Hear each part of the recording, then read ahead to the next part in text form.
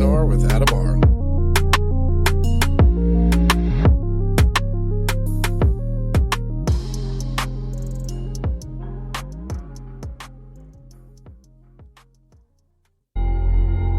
This episode of 3PNR is featured on the UNX Network.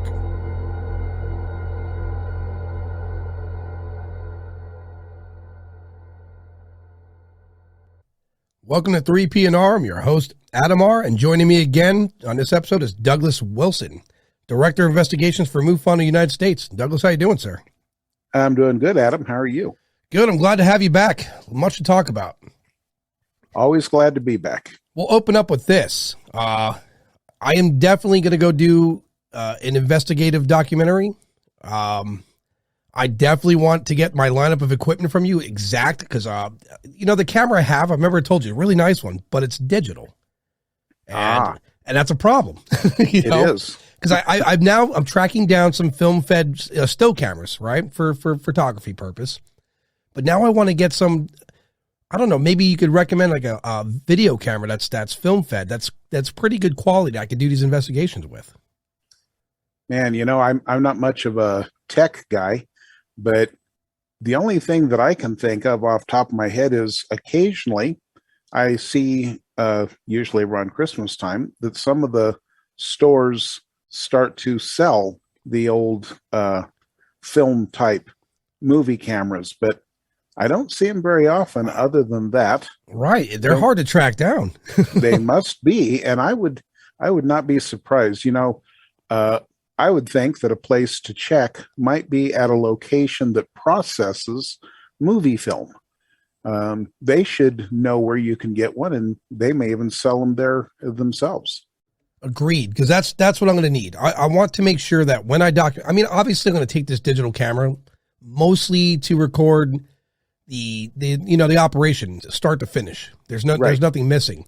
But when it comes to recording per se an anomaly, I'm not using a digital camera because I zoomed. This camera's strong. I could zoom into the moon and see great detail.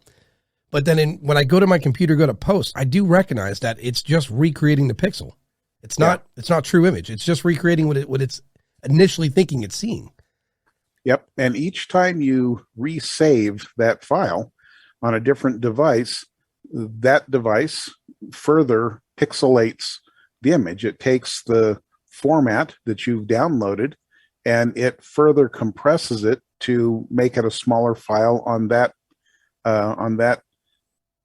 computer. And as you start, putting it up, let's say YouTube and other platforms, and you're sharing with people, they're not getting the crisp thing you're looking at. Exactly. And it can be manipulated over the course of time. So I want to avoid that. And that's the idea of me trying to find a film fed camera. It cannot be tampered with. There's a chain of custody. I will have on this investigation. I'm going to have, witnesses. I'm going to start recruiting some people because I speak to a lot of detectives, police detectives. Yep. I want a team of people where that chain of custody is strong. There you go. And that's the goal I want. And I hear about places to go. I get recommendations consistently. I mean, constantly, I guess, the emails. I get a lot. My primary concern, and this is the beauty about the MUFON and people like yourself and the other members I've spoken to. Like, I recently spoke to Mindy. She's coming on again. It's that network. It's that phone call. Hey, Mindy, I want to go to this place. Make a suggestion of where to set up camp for a week or two. And that's what's going to help me at the end of the day. Exactly. So for you, what's going on in MUFON currently? So there's a lot, believe it or not, I'm hearing about a lot of cops joining MUFON. There really have been. I do all of the basic training for the new onboarding FIs, field investigators. And just last night in one of my classes, I had yet another private investigator. So we are getting private investigators, we're getting police officers, we're getting detectives. And of course, we've always had a pretty strong body of former detectives, former law enforcement, former military police that have come on. But in the last year or so, we've seen an influx of active law enforcement and private investigators joining MUFON. It's very exciting because that can only improve our quality of investigations, and it really does give our credibility just another boost. And, who doesn't love another boost in credibility? Right. I just interviewed Derek Israel, former homicide detective. He's going to be a lawyer now. Good for him. He's got an interest in the ufology. We had a discussion on my most recent podcast when we started off with law enforcement, and towards the tail of it, we got into the mysterious talk because it's interesting. Sure. And his perspective and the chain of custody. And I even had this discussion because Dan Spell and Mike Pinicello and I had a conversation, and this was post podcast. I kind of wish we would have got it on, but they were discussing, like, if a UFO to be downed in a small town, whose jurisdiction is that? And it's a good question. And you think about an object, if it is downed, it's going to cross many jurisdictions. I imagine FFA, FBI, some of these other acronyms, I imagine those would be the call, guys. And there's really no protocol for police to, outside of, containing it and create a parameter. There's no protocol. You think that would be part of the book? I mean, even though it's considered fantastic, it's very plausible in a lot of ways. There was actually a movement. I live in Denver, Colorado. And there was actually it's probably been about 10 years ago now, there was a group of citizens who got together and had actually gotten it on the ticket for voting that they wanted to create a group who would manage such a situation. And they envisioned a small group of individuals who would come up with these protocols and would be the interface with EMS, law enforcement, and the public. And, it actually got some pretty decent traction. But in the end, when it went to the polls to vote, Colorado's just a little too Republican to get that passed. And so it failed. But, it was interesting that a municipality actually considered it and allowed it to be put on the ballot for voting. It should be considered. Here's the thing. What's been observing us for thousands of years, this is part of my theory and the theory of many of others, we're the best channel out in the universe right now to watch. We're pretty interesting, right? Yes. So they're observing us thousands of years, watch revolution, blah, blah, blah. For the most part, they're benign. They have not attacked. If they were going to do it, they would have done it long ago.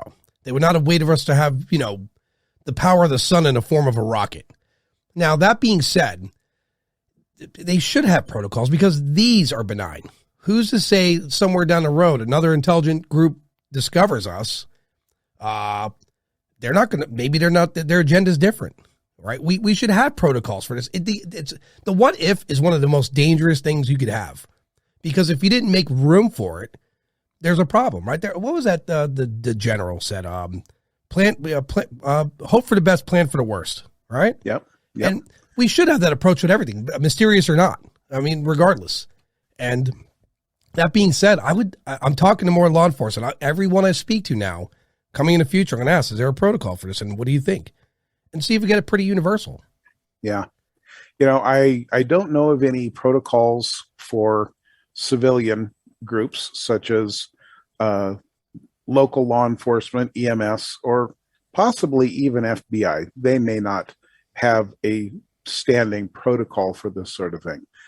I'm willing to bet, and I would bet a significant amount, that our military does have a protocol. And, with my research, what I always look at, I'm an old guy. I'm a nuts and bolts kind of guy. And I believe in following history. If you can look back in history and see something and recognize it and build your puzzle pieces, so to speak, out of historical fact, then I think that gives you a fairly strong basis for whatever you're theorizing in the present. So if you look back into history, we know that when Roswell occurred, and most of your listeners, I think, will accept that Roswell was a real situation, we can see very clearly that the government was not prepared. They had no protocol. That's probably why Blanchard was so quick to put it out to the press that, hey, we caught a flying saucer. And that's basically what the Roswell newspaper said initially. And everybody got all excited about it. We know that the radio station started pumping out information. And we know through historical investigation that the FAA and the FBI shut that radio station down and forced them to actually put out some detractions afterwards in order to keep their license. So we can see that with Roswell, there was no preparation. There was no protocol to be followed. Very, very shortly thereafter, when the saucer came down at Aztec, New Mexico, in that situation, within hours, the military was on scene and had taken over. Now, I don't know how many folks have actually been to Aztec. I have. I go to every one of these locations when I start investigating historically what had happened there. And I can tell you that at Aztec, even if somebody had immediately picked up the phone and called the military down at White Sands, which is the closest group to where the saucer came down, it would have taken a while for the military to get mobilized and to get all the way out there in the middle of nowhere to Aztec, New Mexico. But within hours, they were there. And with some decent research, historical research, what we've kind of come to conclude is when this thing was coming down, and it didn't really crash, we call it a crash, but it was more of a forced landing with all crew deceased. And they were probably dead before the saucer actually grounded. But what has been hypothesized through looking into a lot of historical detail is that it is likely that this thing had been tracked for a while. We don't know how long, but there does seem to be indications that the military was tracking it. When it came down, it appears that there was a base here in Colorado, up in the mountains, Mount Hale, and it appears, or Camp Hale, it appears that Camp Hale may have been the first responders to Aztec, even though that base in Colorado was farther away than White Sands.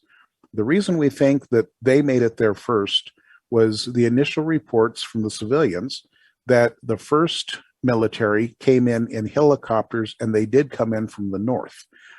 Then the ground troops came in from the southern areas. They actually came through the city of Aztec, or town. It's not much of a city.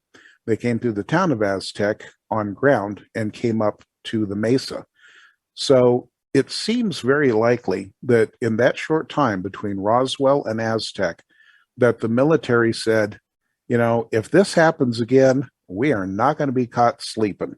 And this time they weren't. Aztec was so quickly buttoned down that it was more secretive than Roswell. I mean, and what I mean to say is it was a secret, a heavier secret for many years, more so even than Roswell, because at least with Roswell, we had the newspapers, we had people talking a little bit, but with Aztec, it was a tightly kept secret for many years before we finally found out that something had occurred there. So it does appear the military has a protocol. I'd be shocked if they don't, because one thing I'm convinced of, and a lot of folks say, oh, the military doesn't know any more than we do. I disagree. I am positive that the Aztec incident occurred. I'm positive that Roswell occurred.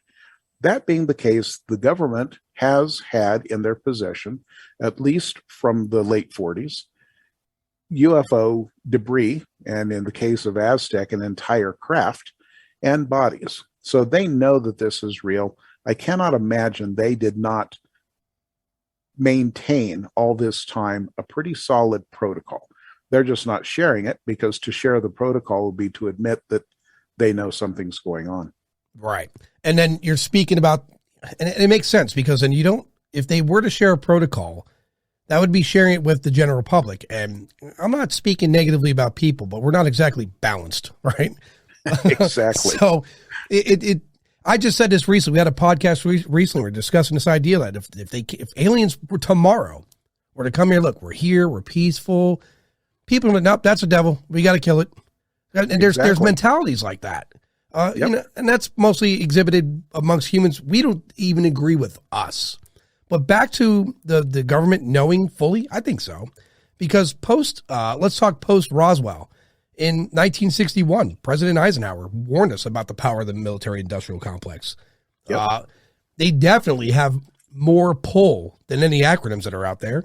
There's no doubt about it. And every time there's been a UFO incident, whether it be a crash or a mass sighting, the military presence was always pretty big afterward. Yes.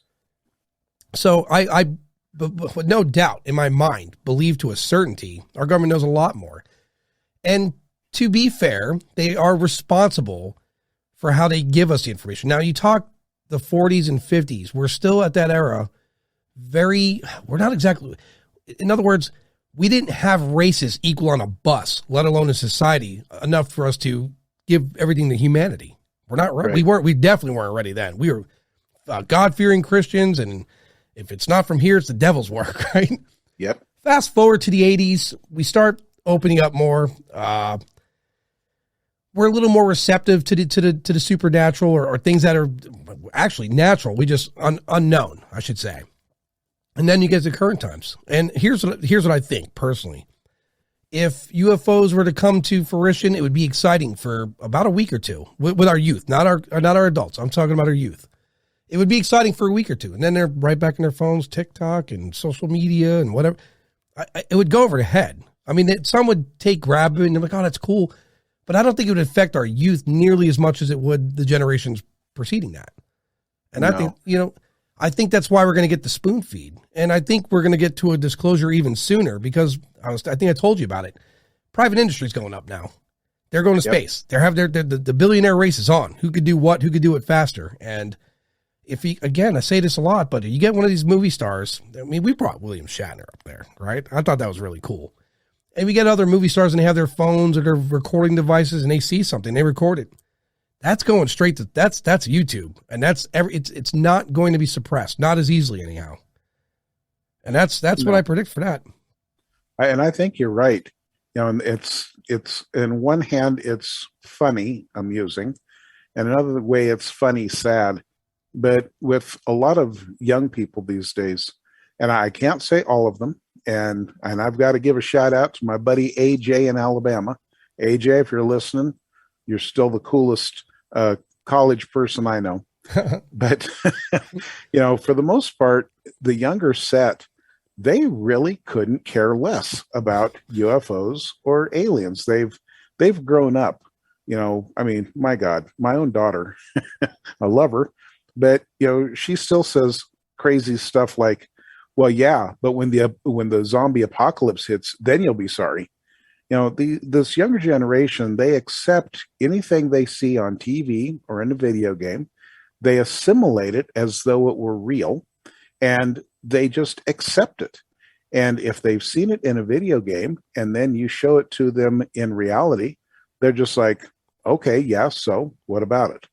They don't have that sense of fear or awe or wonderment that the previous generations have had. And they just seem to take everything, as long as it doesn't mess with their ability to get dinner, to make it out in public, or to get to their social media.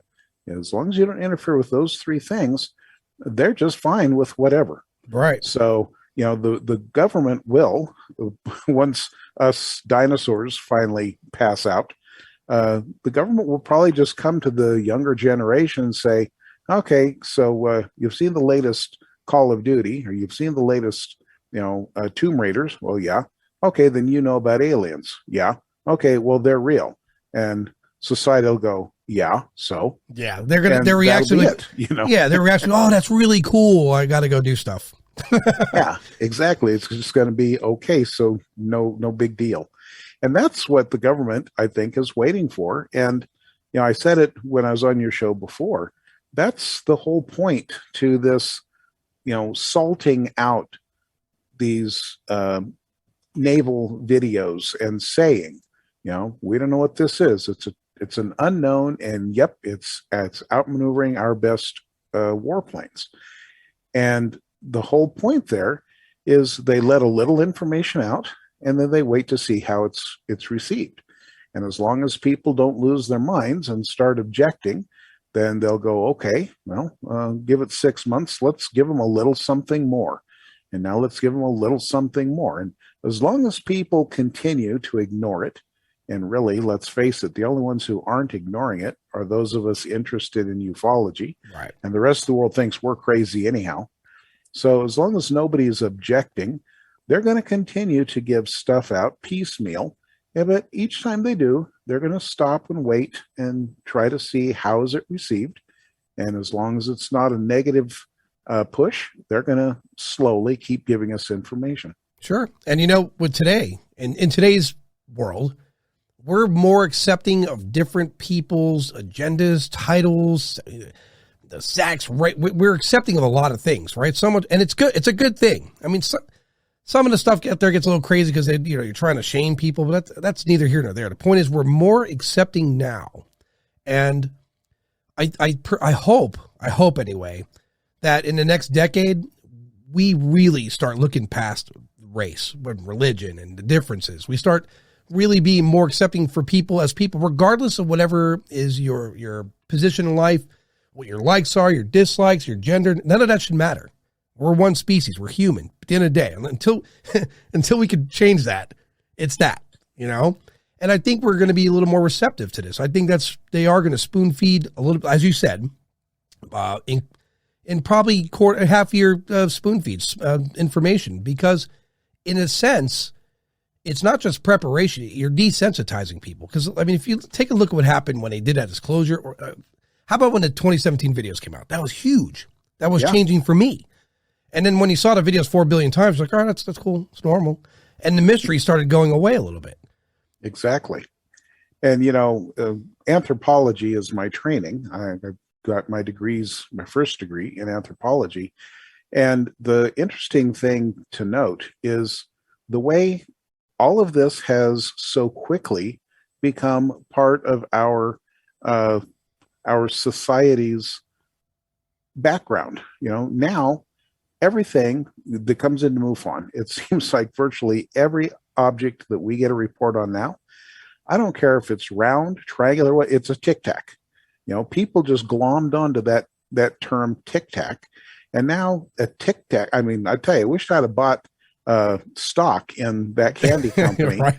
Because that is one of the most frequently used descriptives, and not just for UFOs. I see it in advertisements and all sorts of things. But just a quick what I see as hopeful as far as race situations.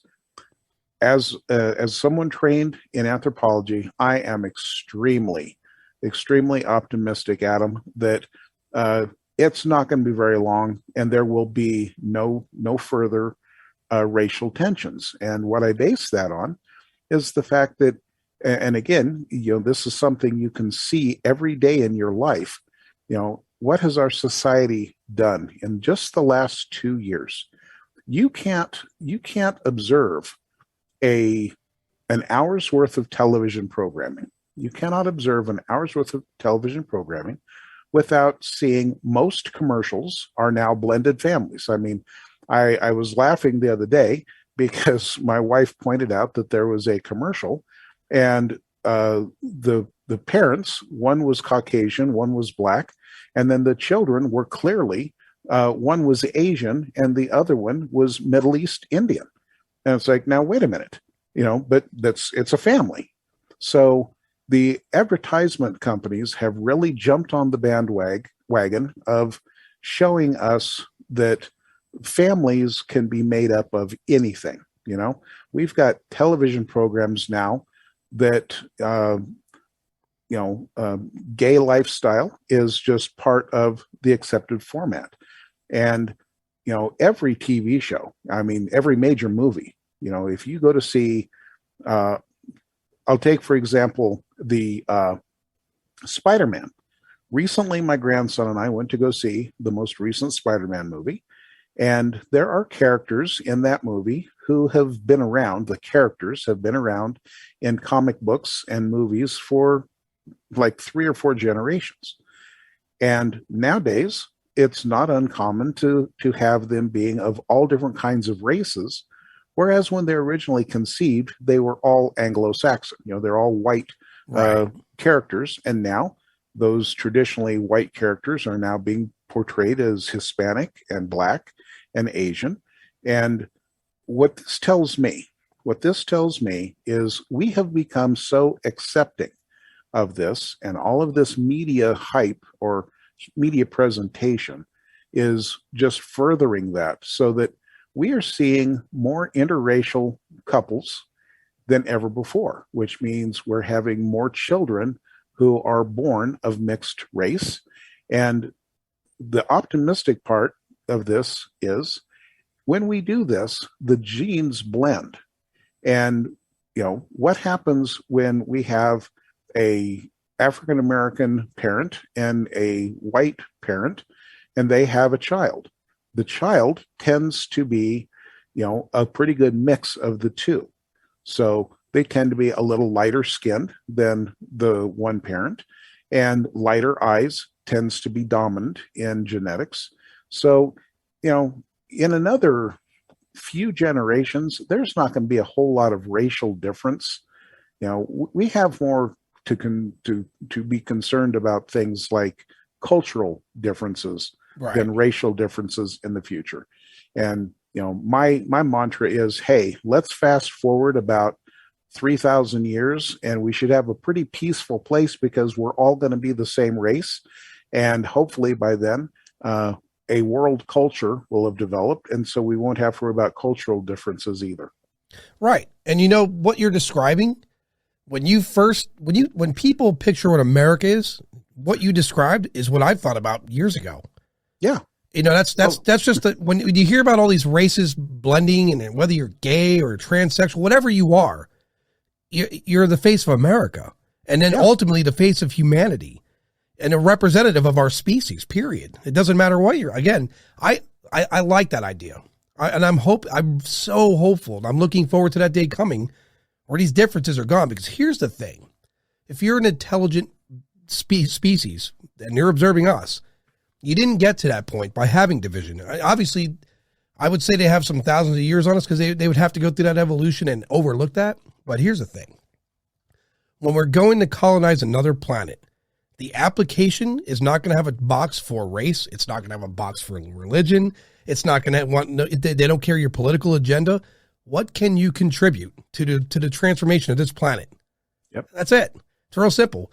And so when you go there, none of those creeds, none of those oaths, they don't matter there. All right. You're speaking about a species that's highly advanced, that's going to terraform another planet. All these differences matter zero. What you said earlier made sense too, about, history repeating itself. Look at our politics today. It's the same as Roman. The only difference is we're not killing the people in the Senate, right? But it's pretty similar. Yet. We're not doing it yet. Right. Yeah. So, because there's been a couple of Caesars where, like, I don't think I like this guy. We're going to kill him. So, well, and something to consider, because I know that your podcast tends to be very not laser focused, but somewhat focused on the idea of extraterrestrial life. Here's something to consider that I think very, very, very few people have ever thought about.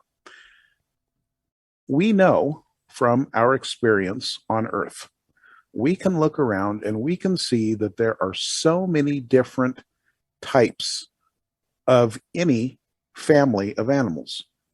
Apes. Look at the variation of apes. Now, they're considered to be separate species.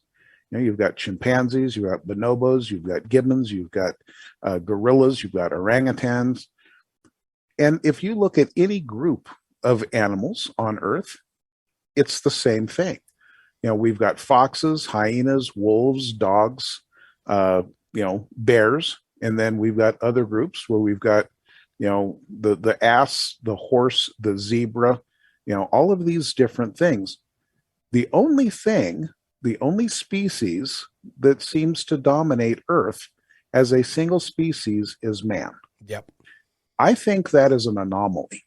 And I suspect that when we start having interactions with people from other worlds.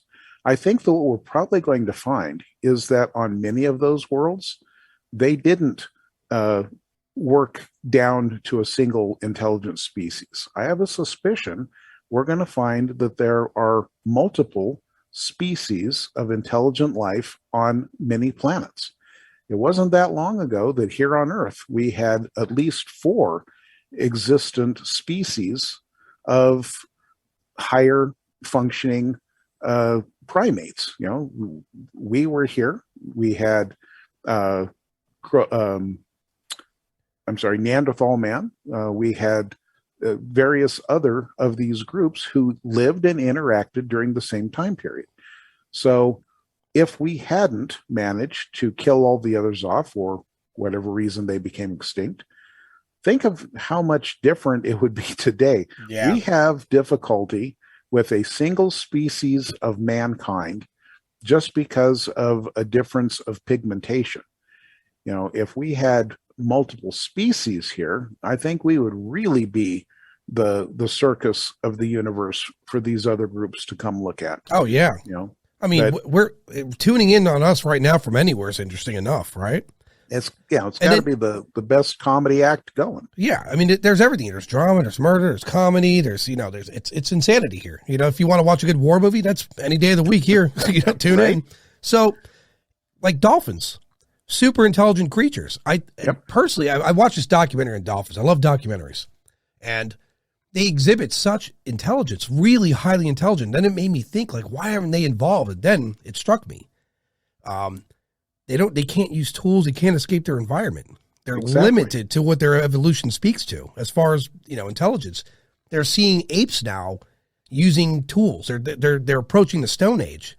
Yes. They're taking that next step, and maybe a million years from now they're the next intelligent race that runs around here. We don't know.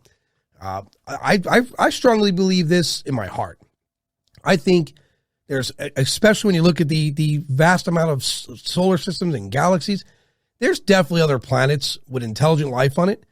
They haven't reached the Bronze Age yet, or they're just getting to like their 40s or 50s. You know what I mean? Like they're just getting to this point of that. And I don't think we're going to detect them for some period of time. We might end up being the ones to go overlook one of their evolutions, right? We'll stumble across their planet when we get to that point, right? And hopefully we'll do what our observers do. And they're watching, they're experimenting here or there, but they're not getting directly involved because you can't. That's it's one of the rules, I believe. As far as the other races of aliens, I came in this theory, and this is the evolution of my theories, that the initial ones here, that the little grays are robots, right? Advanced biological robots, and that they're renting them out to other species to go make observations or studies.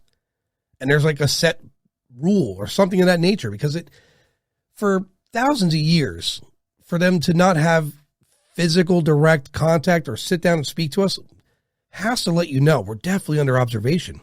There's no question. We're a project nonetheless. And here's this thing that shocks me. People still don't believe UFOs are real. I'm reading this. I just went over this. Large percentages of them. Listen, after the 2017 military videos, and not to speak of all the evidence over the years, because I finally read into some of the evidence that Stanton Friedman was talking about.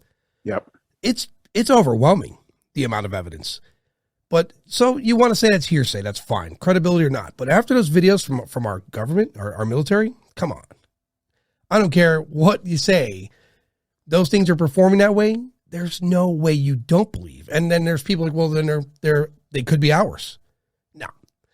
These things we've had reports of these craft doing these very interesting maneuvers and all these amazing feats for hundreds of years now. Even longer if you start taking account of what they're looking as far as the ancient aliens research, right? By now it would have been practical use. We would be using it right now to travel, right? Yep. Everything that was yesterday in our military is today's. GPS came from military from years ago. The internet came from military years ago. It's practical use now. And I think right now we'd be paying, several $1,000s to have instant flights to Europe. So I don't think they're ours. No, they're not ours. And, it's exactly what you said. It's application. If these were ours, there would be a broader application. I mean, our government would have absolutely no reason to film their own secret project, eluding their own standard operating equipment, and then put it out there as if it were something unknown. Right. There's no reason for us to do that. That is flirting with disaster, because that's showing your enemies what you're capable of and risking them figuring it out and maybe capturing one of them. And now you're no longer ahead of the game. So Right. It's not US technology. And if it were any other technology, I mean, let's face it, few countries in the world are very often very pleased with America. I mean, right now you've got the Russians and the Ukrainians, and neither one of those are very happy with America. The Russians are saying we're stirring the pot. The Ukrainians are saying, would America please just step back and let us deal with this? So even when we're trying to apparently be the good guy, other countries aren't very happy with us. So if these things belonged to another country, it would have to be something like China or North Korea or Russia. Any of these countries, if they had that technology, they just come over and they just slap the slobber out of us and take over. So no, there is, I would say there's an extremely small potential that these are ours. These are true unknowns. And the way they're operating, they're not natural phenomenon. This is something intelligently controlled that is far superior to our technology. Now, I don't care if you're one of those people who want to insist that it's interdimensional or space-time travel or what. For my money, it's ET. And I think it's just our government saying, look, it's time for us to stop the lie. It's time for us to try to come out of the closet and let everybody know the truth. But we can't risk doing it too quickly, because one thing people do is they get real skitterish, real upset. And the other thing they do, I mean, let's face it, here in America, we're capitalists, let's sue. If the government came out and said Roswell is real, you'd have 1,000 American citizens lining up at the courts wanting to sue the government and making claims that their, grandparents were somehow mistreated because of Roswell. And whether they could prove it or not, they'd still get a lot of traction. So the government's not stupid. They're not going to pull something like that. Right. So they're just slowly letting us know, like you said before, they're slowly letting us know that this stuff is real. This stuff is out there, and we are going to deal with it as best we can, depending upon how everyone reacts. So, yeah, it's true. Especially organized religion. The Catholics are ahead of that. I've been finding out more. They're building telescopes. They're even speaking to acknowledging that God has made things. That's pretty. Listen, it's intelligent on their behalf. It's a strategic move, because if it comes to me, well, God made them too. And what's the aliens going to argue them? Because who actually knows what God is, right? Exactly. So it's pretty smart. I admire what they're doing. There's some other religions it's just the way it is. Religion is one of those things where it's wonderful. It's got a great message across the board until it's being spoken from a charismatic leader with a personal agenda. And then it becomes radicalized. That's a separation of it. But outside of that, I think that'd be the only last bit of pushback. I think we're still looking at some time ahead of us, to be honest. And you're right. If it was China, they wouldn't suppress. They would fly that over us. And what are we going to do about it? Nothing. Zero. Yeah, I mean, Russia couldn't wait to make us look bad if they had that technology in a heartbeat. They would make same for North Korea. I mean, my gosh, that guy would do somersaults on cut glass if he thought it would make us look bad. So these people are not going to have that kind of technology and not use it. Indeed. America is one of the few countries where there's a lot of division, because we have right, which is a good thing. We have our rights to state our opinions and speak, freedom of speech. But we're very divided in a lot of ways. And that's, I think, the scrutiny from people of professional And I think they can't do it anymore, right? Because that's why they're using UAP instead of UFO. It's they're just getting away from the stigma. They're trying to make a new acronym that's more practical to use and well, for higher ups anyway. But if you look at Norway has they have dedicated cameras and scientific studies to ufology. Yep. And they actually produce some pretty amazing stuff. I just watched a documentary with them. I was blown away. I was like, even if hypothetically say the military videos never came out, we never seen these, Norway's out there getting it. I mean, they're out there putting the work and time and made me think of you right away. Film-fed cameras I was seeing. Not a lot. Yeah. They're digital cameras only there to record them. Everything recording the objects are film-fed cameras. And one of the cameras it has are very large. Like in this day and age, when you're doing a documentary, the cameras are small because of digital technology. But the camera they had on scene there was enormous. You have to work out to use it, right? So yeah. But it lets me know that they're taking it. They're serious about it over there. And because I talked to Class recently too, and all these things circle me like, why are we not doing something similar to that? So maybe this spoon feed is what we need. Then we could start doing that. Norway they bypassed all that nonsense. They're right to it. Well, the problem with doing anything like that here in America is it has to be civilian based. Right. The problem with that is we are, and I hate to sound anti-American, but let's face it, here in America, we are so horrendously addicted to our version of the free market, right, that everything is ridiculous in price. In some of these other countries, you could get a corporation to say, oh yeah, we will donate to your cause, $20,000 worth of cameras.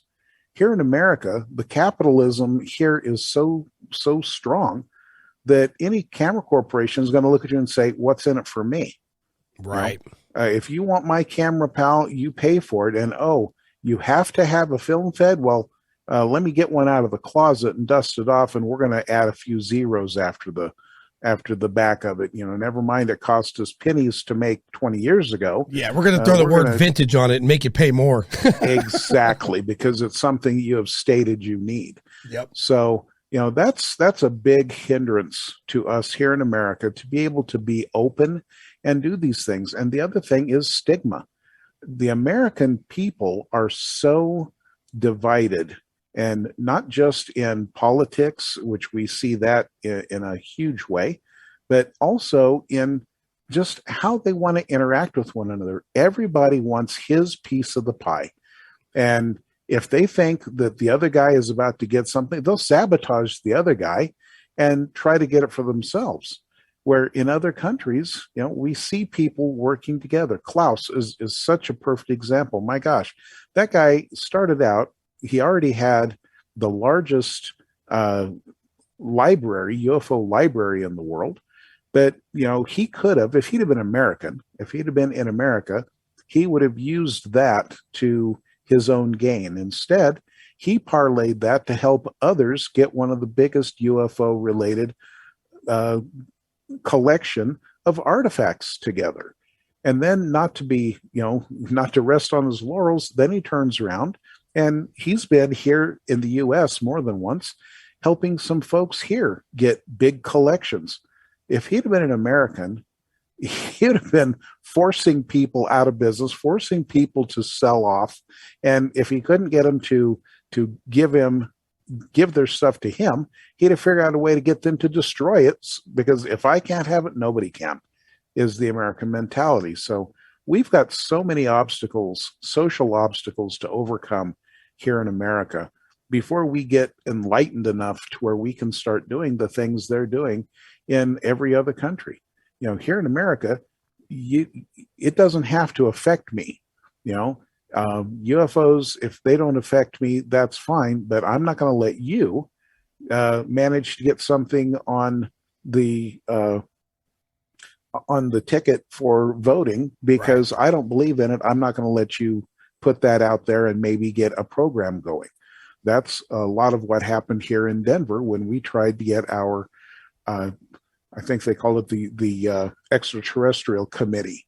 You know, people that didn't care a thing. They didn't even believe in UFOs, but nope, we're not going to let you win because I don't believe in it, and I'm not going to let you be happy.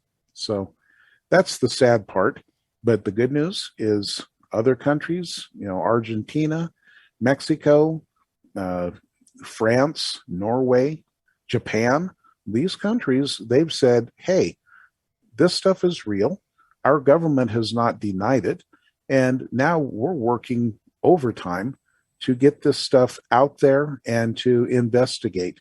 And what we're going to find in another 10 years, I predict, we're going to find that the U.S. will be so far behind in two things: UFO research and space exploration.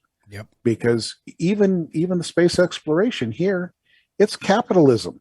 You know, it's who's got the most money to put into the newest rocket to go up into space. And why do they want to go? Well, we want to put up a floating casino, or we want to put up an orbiting motel so we can charge people and make more money. It's crazy you say that, because The that's a fact. They're going back to the moon, and they're going right now because it's science to them. And Right. to us, everything has become the dollar. You know, I'm glad you said that, because watching that documentary from the investigators in Norway versus like UFO Hunters, a show. In UFO Hunters, a show, they spoke to the camera, they spoke opinions. You could see it was meant for entertainment. That documentary with the people in Norway, it was work. Yeah. They were out doing work. None of them, I didn't see anyone with the expression of having the grand all time. They're out there doing science. They're trying to get answers. Not one of them spoke to the camera. There was a narrator. You know, there was nobody from that crew or the science team that spoke to the camera, other than making some small statements about what they discovered. I mean, I was taken back by that. Like, that's not American TV, no doubt. These people are out there doing work, and I'm interested in watching that. That's got my full interest, you know? Absolutely. So I don't, it's tough. It's tough for me because when I do the documentary, I'm going to tell everyone in advance, it's not going to be entertaining. You know, I really want to go find stuff. I'd spoken to a friend of mine, and this is why I speak about, I'm going to have a group of professionals with me, not professional ufologists, just people that will keep me grounded in reality, keep a chain of custody. So when we discover stuff, it's, you know, there's a group of witnesses. I asked a friend of mine if he wanted to go. He's like, no. I'm like, why? He goes, I know you. If we saw a UFO on the ground, I'm going to watch your demise. You're going to run right at it.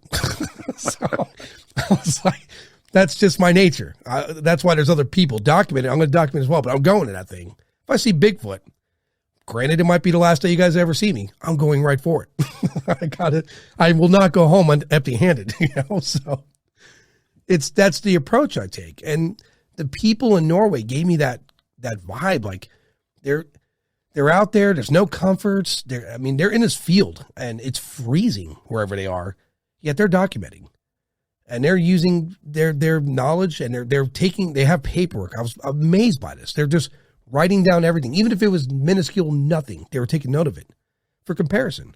Yeah. And that's the way it should be. Absolutely. Absolutely.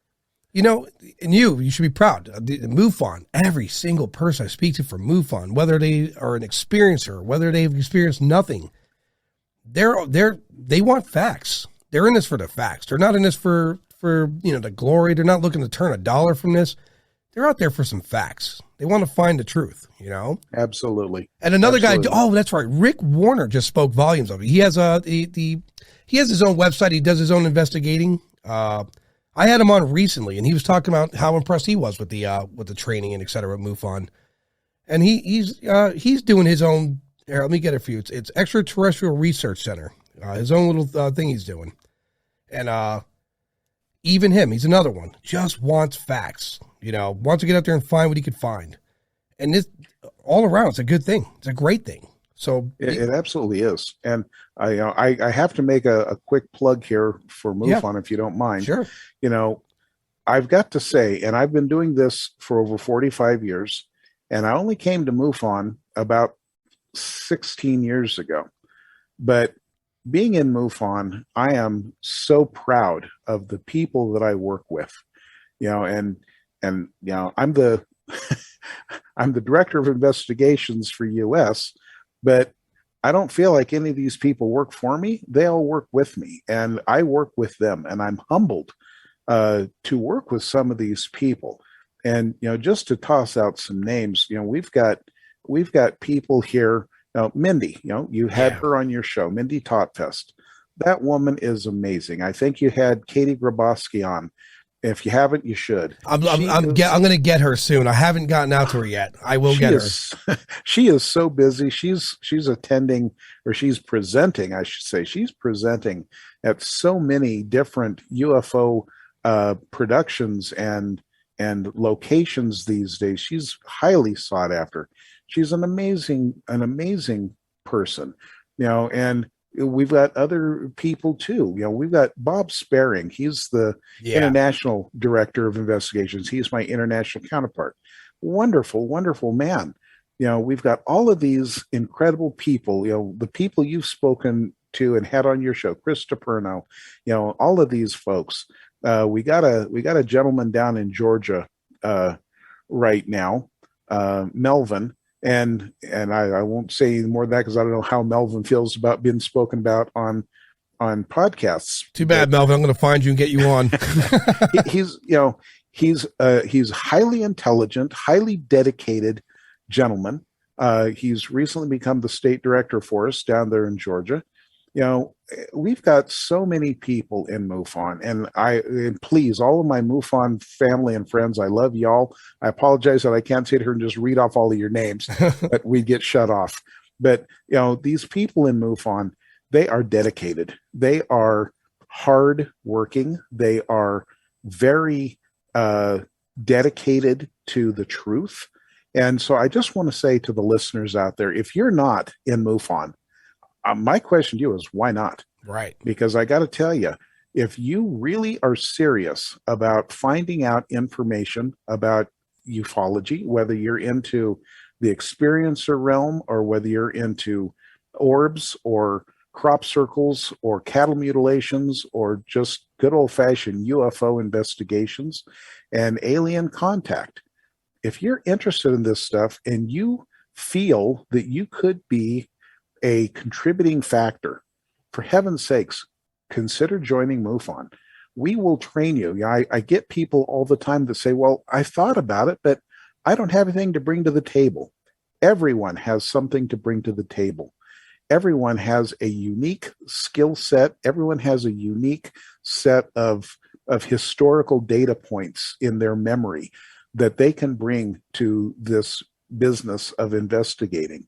And we'll teach you the rest.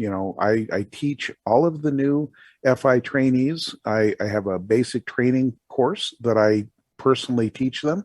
We have mentorships. Once you become a member of your local chapter, an investigative member, and you've been through the basic training with me, you get a mentor from your local chapter who helps you to understand and to walk you through the first few investigations. And we have ongoing training at your disposal. We have MUFON University. MUFON University is a free university.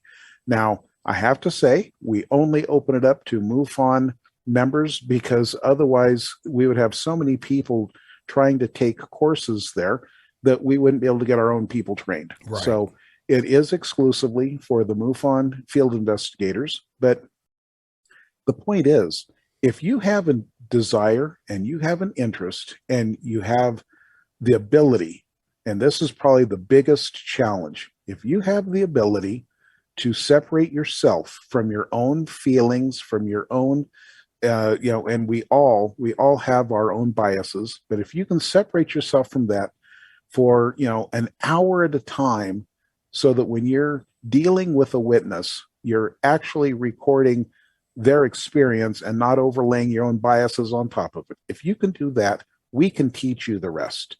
So please help us to get to the bottom of this. And if nothing else, joining MUFON gives you a sense of community, because you can hook up with all of these other like-minded folks. And we do stuff. We don't just investigate together. We party together. We do things together. We have social events. So it gives you a sense of community, which to me, personally, that's one of the biggest positives of being in MUFON. I love MUFON. I love the people of MUFON. Don't get me wrong, some of these folks give me a headache now and again, but hey, so do my children. So, I think that MUFON really is the place to be if you're serious about understanding this phenomenon. Agreed. On that note, Mike Penicello and Dan Spell, I pushed them to start a show. They're going to be starting a YouTube show called Ufology, Fact or Fiction. So they're going to be going after, probably reviewing some of these videos that are put out there that may or may not be factual. But the idea is they're going to do this show so they can examine things, and they're going to involve an audience, right? Some Q&A. I mean, I think that's going to be good for them. That's a good thing for MUFON too. It's going to allow two directors to have a show where people would interact, and maybe that's another gateway for people to say, well, this is something I want to do. And and these guys are great. I mean, these guys, they're not only great investigators, they have great personalities. They have great they're just great. And they got strong perspectives. I mean, they're very keen insight the way they look at things. That's why I've had them on a few times, Dan and Mike. They're just like you and like Class, some other people, they get me grounded in reality. Sometimes my theories start growing out of control, but it takes certain people to just bring you down a little bit so you could evaluate it from a new perspective. Because, I evolve. I'm not steadfast in any one of my theories or thoughts. I evolve. Like this podcast has made me evolve, especially with the afterlife conversation. Prior to this podcast, when you died, the computer turned off. It was game over. After speaking to some of the paranormal people and like Roberta Grimes especially, and even like Steve Murr about the different, there's a big parallel, Douglas, with frequencies from ufology to the paranormal to afterlife. The more I learn about this, the more I evolve, the more I make room for more. It opens your mind up. Absolutely. And it's a good thing. It's a good diversity. And that's why I speak so highly of MUFON, since getting to know you guys. Like before this podcast even started, I was really nobody, right? I was just starting out. I got one guy from MUFON, Joseph Jordan, who has his own opinions. He's a Christian Scientist, MUFON investigator. So that's when I talk to him, and then a week later I speak to Mike Penicello, and then eventually I get to you and like Mindy. That's another, again, the ideal face of humanity, that kind of diversity. It's incredible. Absolutely. And, we've also got another gentleman. I don't know if he's been on your show, or it might be awkward, I suppose, for two hosts to host one another. But, we've got other folks who they do, like you said about Mike and Dan, they run their own shows. And we've got some folks who just, they know what they're doing, and they know how to reach people. And it's all part of, number one, like you said, everything's connected. And it's also part of this whole idea that the diversity is what we need. And that's my favorite thing about MUFON. And people, I get some MUFON people. One guy threw a napkin at me here not long ago. We were at a restaurant, and they asked me to say a few words, and this guy threw his napkin at me. But to me, MUFON, that M in the beginning of MUFON, that big beautiful M, mutual. That's what it is. The M is mutual. And in MUFON, it's the mutuality of the organization. It's, people from Colorado working with people in Georgia, working with people in Tennessee, working with people in Alabama, working with people in California. And we're all doing it for the same intent. We all have different interests, but the idea is to work together mutually for a common goal. And when you've got this many people working for the same thing, well-trained, similarly trained, so that they're not stepping on each other's work, then you've got a force that has got to produce something. Right. And in 50 years, we've produced the world's most impressive UFO database. And some people say, yeah, so what good is that? Well, it is huge because, I don't care what science field you're looking at. If you don't have a data set. Right. If you don't have a reference, it's impossible to discern the differences. Exactly. So we've accomplished that. And now with so much happening and so many new things coming out in the universe of ufology, now we're starting to see that having all of these people who are so diverse in thought and practice, and we've discovered that even location breeds a certain diversity that is really impressive.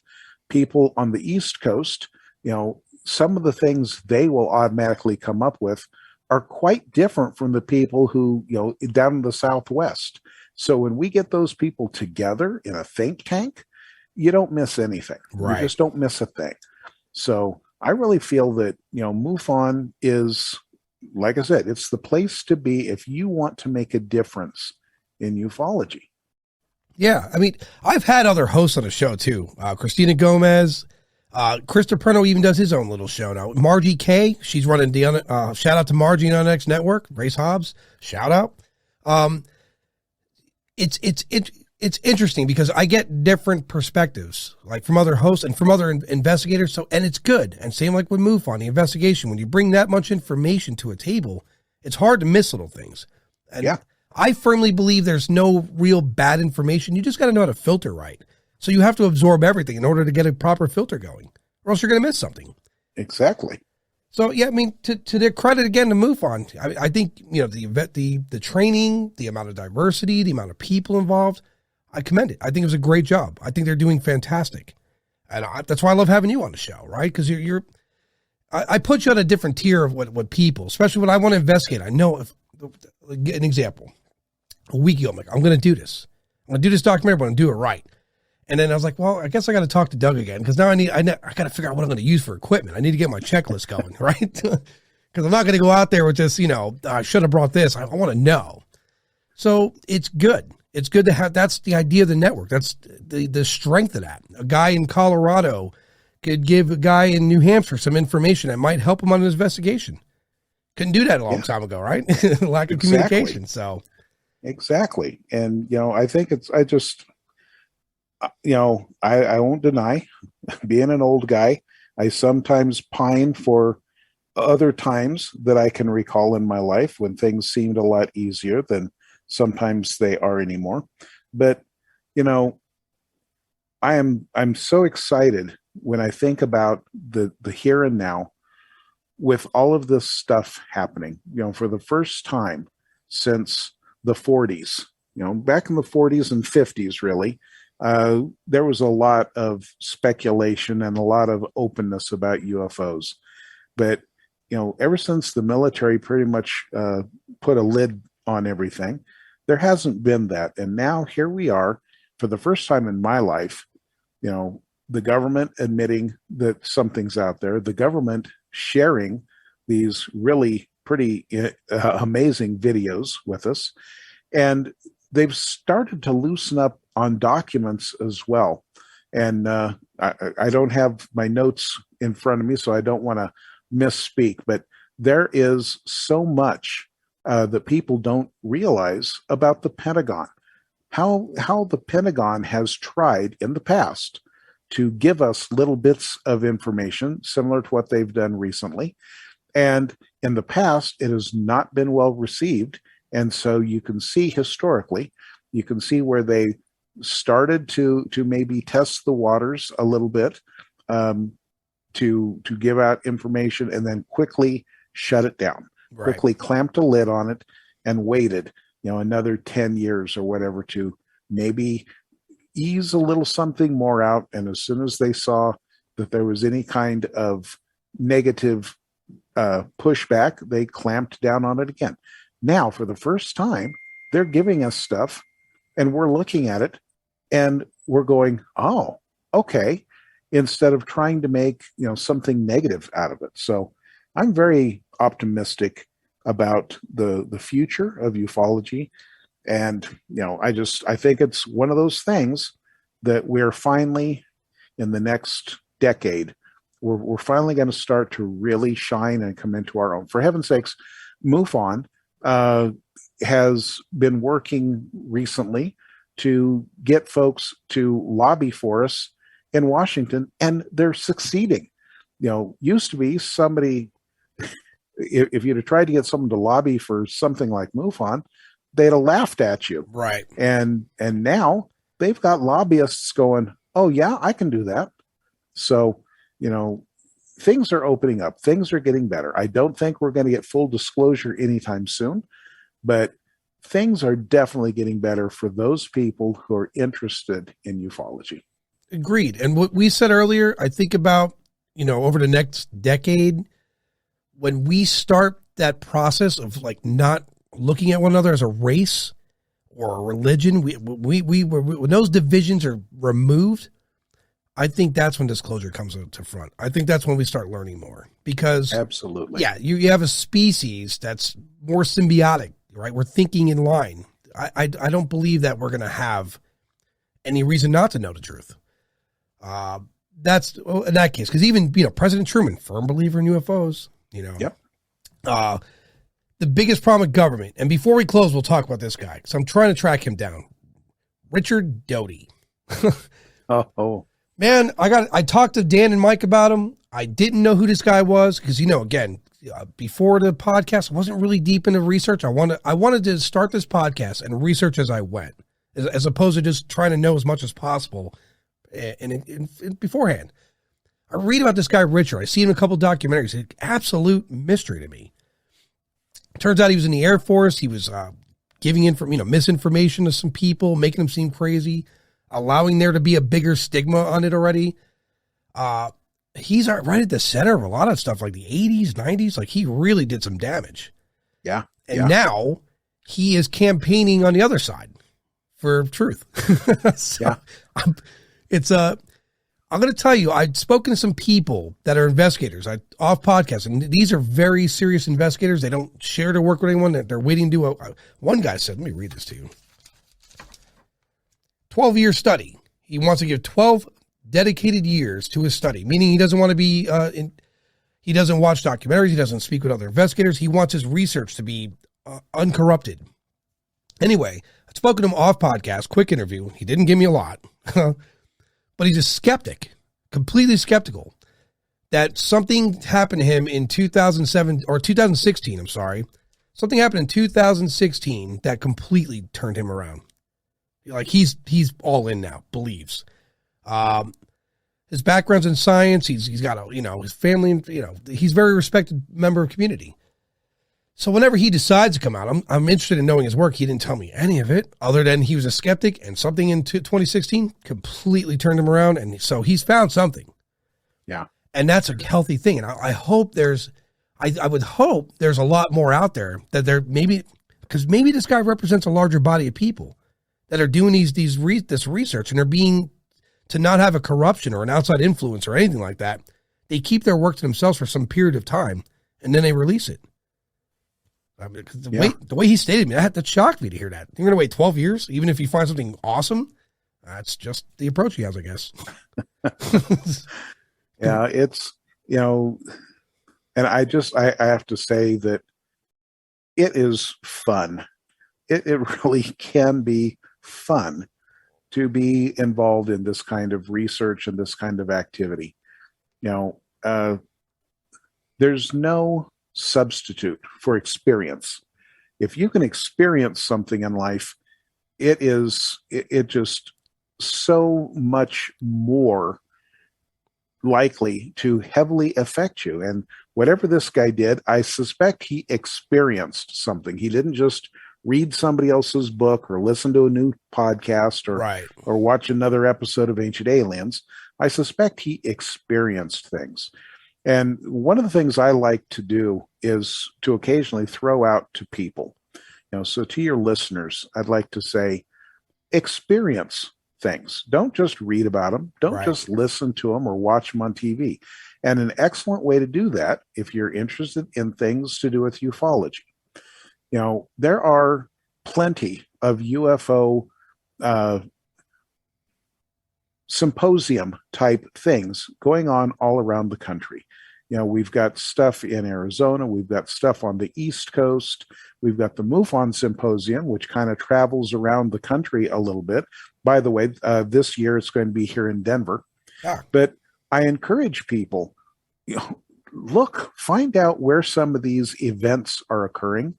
And I get it. I don't have very much money and it's expensive to attend these things, but there is simply no substitute for the experience of going. And the cool thing about the UFO community, if you go to any of these, I guarantee, and I'm talking to you listeners out there who have thought for a long time, yeah, I'm into this subject, but I'm a little cautious about who I talk to, and I wish I had a community, and I wish I could get access to these big names. These events are your access to big names. You can meet Travis Walton. You can meet Richard Dolan. Used to be, you can meet Stan Friedman, who, let's face it, he was kind of the grandfather of ufology. Right. Sadly, Stan has passed. But there's no end of people that you can meet. Mindy Totfest, she's not a big name right now, but meet that girl and you're going to be amazed. She's going to be an enormous name. I'm pushing her to do a show too. Yeah. Katie Grabowski, she's already getting a pretty doggone good name and a reasonable following in her own right. You can meet these people, and these are not the kind of people, these aren't movie stars where if you see them, it's, they're behind a rope and 15 feet away and you got to scream and wave to maybe get them to look your way. These people walk among you. These people, at these conferences, everybody mingles. And I mean shoulder to shoulder mingling sometimes because it gets pretty crowded. I have had the opportunity to have dinner with Travis Walton more than once. I've had the opportunity to have dinner with Frank Salisbury, which to this generation of listener, you've probably never heard of Frank. To me, he was a god. Frank Salisbury and the sadly recently departed, oh geez, now I just drew a blank. It'll come to me. But there are so many of these amazing people in ufology that you can meet. You can have a meal with them. You can get their personal perspective. And sometimes you get to have an interaction that will just make a lifetime memory. And sometimes you get some firsthand, brand new information that has not been released yet to the public, because that's what these events are for. It's like when the scientists go and they introduce their latest, greatest idea to the other scientists, and everybody says, oh, wow, that's, string theory. What a cool idea. Well, that's what they do at these conferences.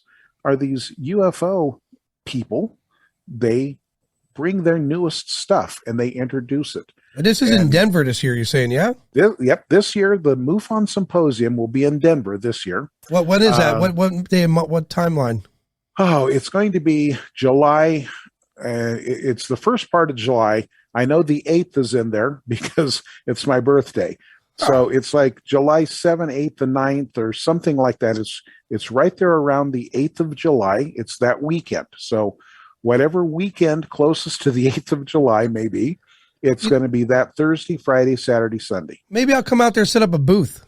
Right? I tell you, have some interviews. You'd have a great time, and you'd be able to interview people. Yeah, and these things, it's where it's at. It's an opportunity to meet people, have experiences with people, and the cool thing is with MUFON, if you come to the symposium, you have the opportunity to take a field trip somewhere. So this year, the field trip is going to be down at the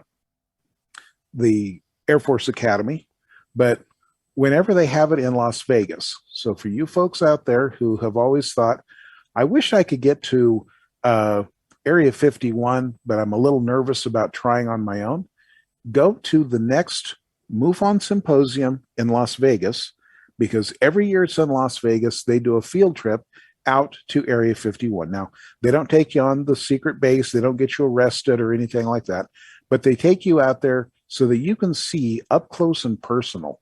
You can see what kind of environment people like me who have spent, I've got over 1,000 hours logged of surveilling Area 51 out in that area. You can get a firsthand experience as to what that's like. And you just might see something really cool. if you go. So open yourself up to the possibility of experiencing the real deal, and you'll understand why people like this other gentleman got, he went from being a skeptic to now it's an OMG situation for him. He knows. Doug, I'm going to introduce you to that guy. That'd be cool. You got to meet this guy. He's a very scientific. He's not. I'm not making fun of you when you listen to this. He's very monotone. Oh yeah. He's like, speaks one level the whole time. He's got a huge science background. His personality, although it does show through, like he made some giggles, but he's a very serious person. And prior to, I don't want to say anything more because I don't want to ruin it for him, but before he started doing his research stemmed from his granddaughter. I'll say this much. She's very interested in ufology, and he got aggravated saying it was not real. He was like, I'll prove it. I will go to the said sites, I won't say where, said place. I will set up camp for years if I have to. And something happened to him, and it changed him. He didn't really specify what, but he's doing an elongated study for what I guess for a novel. I'm not sure. Why would you study for 10 years and not really? I couldn't do it. I couldn't do it. I couldn't do it. If I saw something like a kid, like, oh my God, I got to tell everybody. So I don't know. There's some sort of study, but something changed him. And so I'm going to introduce you guys. You definitely need to meet him, right? That'd be cool. That being said, Richard Doty, where do I find this guy?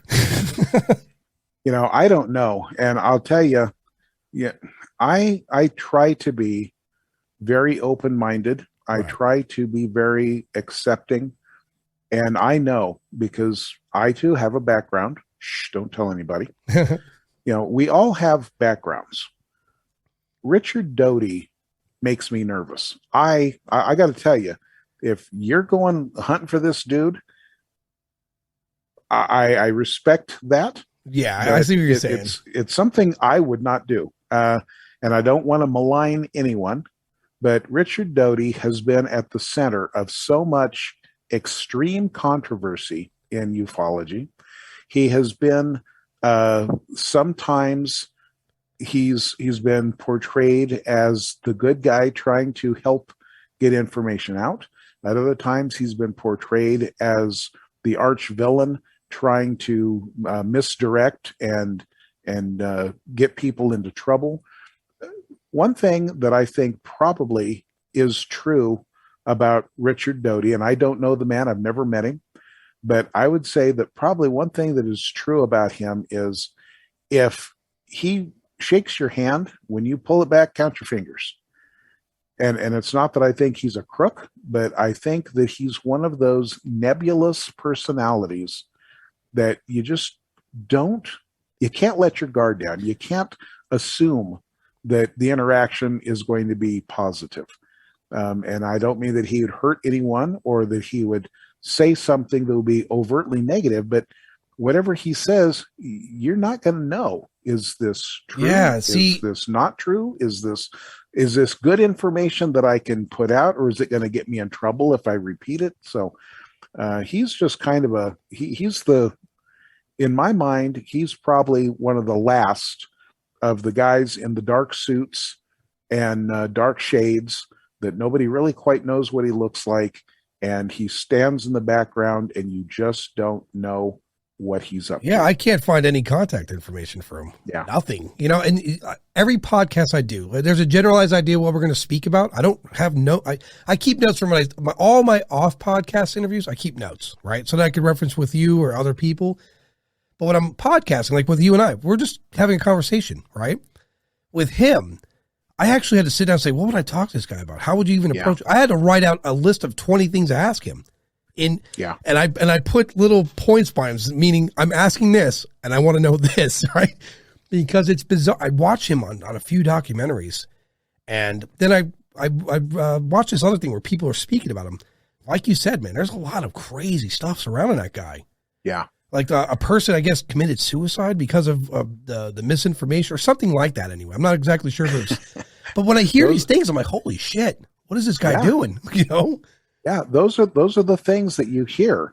I won't connecting to names. Yeah, but that's on the surface. Imagine what we don't know. Yeah, exactly. And there are stories that different individuals who have met their demise, and I'm not saying if it was subterfuge or some cloak and dagger thing or not, but his name has been related to several deaths in ufology. And I don't know that the guy would harm a fly, but it's his reputation, it's the aura that surrounds Mr. Doty that makes me go, God, I don't want to deal. I'll stick with my family of MUFOnians, these wonderful people that I know I can trust and depend on, and I'll just no thank you with Mr. Doty. Yeah, look, I don't blame you. I'm not saying I'm gonna put him in that corner and like, all right, buddy, tell me what's up. I just have a line of questions for this guy. I want to see how he answers me, because everyone that interviews him that I've watched, I feel like he was answering questions he was prepared for. I didn't see it, because I look at people's faces in interviews and I get an idea of what they like, what they're hearing or not. And it seemed tailored, right? And I was looking at him, there's that old quote, the greatest trick the devil ever pulled was convincing the world he didn't exist. Yeah. That's what came to mind when I was watching this guy. Like, this guy is smiling at the camera, talking about deceitfulness. And for whatever reason, the interviewer's okay with it. So, well, he's one of those people that he can be very charming. I've seen interviews of this man that are very disarming. I mean, you almost get the sense that he's harmless. You feel like he's this kindly, gentlemanly, soft-spoken person who wouldn't hurt a fly. That, gosh, Adam, all I want to do is help. Right. All I want to do is show you this picture that I have. You decide. And then at other times, you see him looking at the camera and you think of things like serial killer. Yeah. Yeah. It's like, glad you said that, because they had in his particular interview, this documentary they were showing with him, it was pro UFO. And that's what blew me away. It's like, I literally, so when I first heard his name, I started looking up everything I could with this guy. And there was that off-camera shot of him in the distance, and you see him kind of looking off, and he had that, like, this, like, I'm here, and this is what I'm programmed to say, and you know what I mean? Like, and he did. He seems harmless. That's the scariest part of this guy, because then when you hear the stories from these people about him, he's not very harmless. He was polluting people's minds. Yes. Intentionally. And then not only was to do that, but he was on this documentary stating how he was doing that. And smiling about it. And I was like, get the fuck out of here. Like, what? And he'll set people up. He's been known to set people up. And it's like, you just, he's, I don't want to say I'm afraid of the guy, but there's a stigma. I would not interact with him. Yeah. Trust me, I've got to find him. I got to put him on. I got to put my line. I wrote very specific questions down. Right. And I left an opening for some. I'll even have some, like, I want you to include some questions. I'm going to have people poll some questions because again, every interview he's had, he did speak about his, his misdeeds, whatever, but they seemed very tailored. It seemed like he knew well in advance, long before he knew what they were going to ask, and he was comfortable with it. So, and I'm not trying to make him uncomfortable. I would just like to ask more direct questions. Yeah. I've heard that he's one of those people that before he will talk, he has to agree to your questions.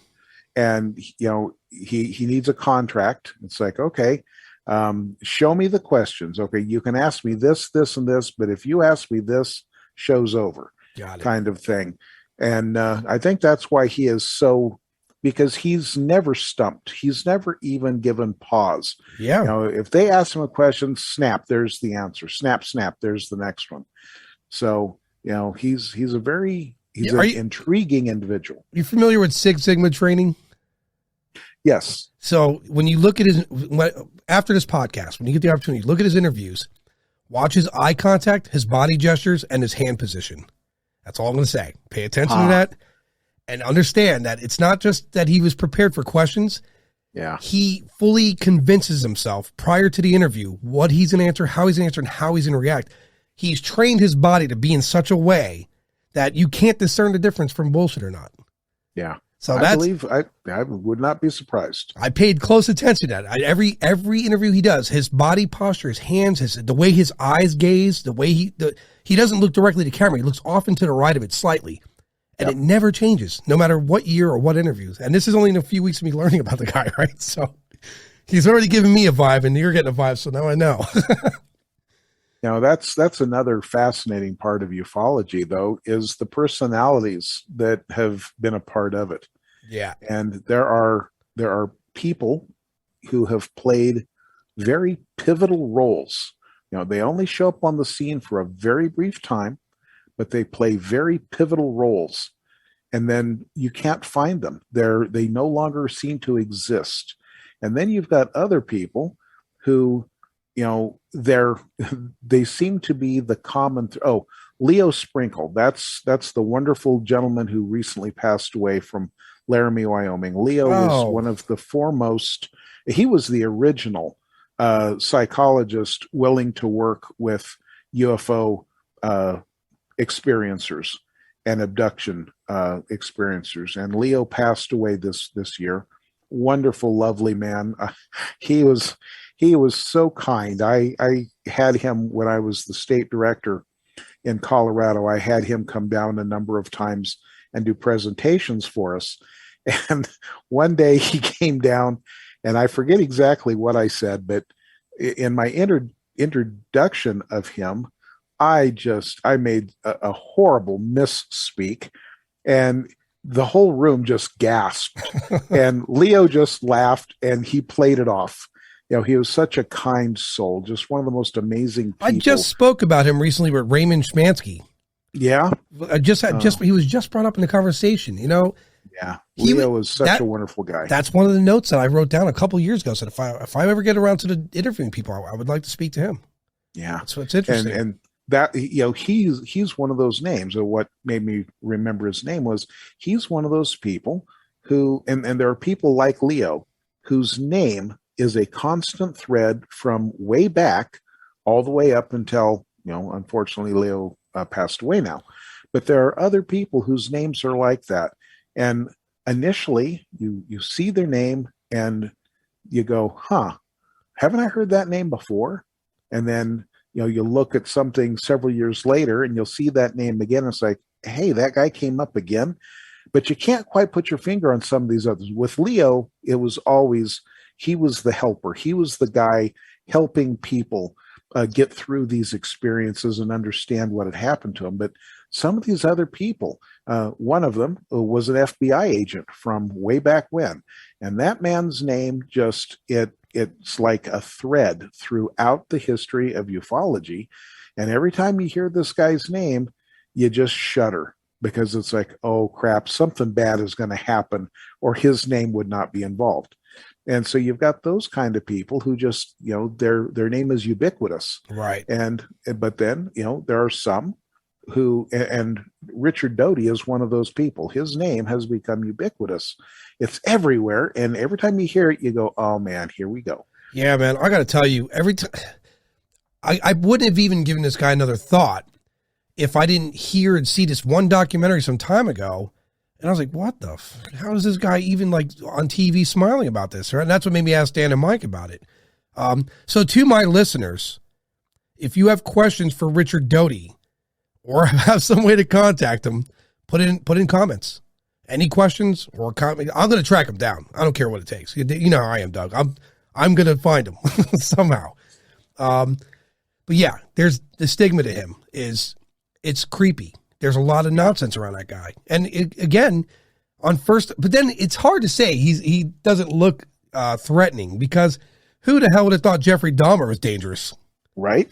So it's hard to say. And here's like the law enforcement too. I was talking to a couple of cops about this.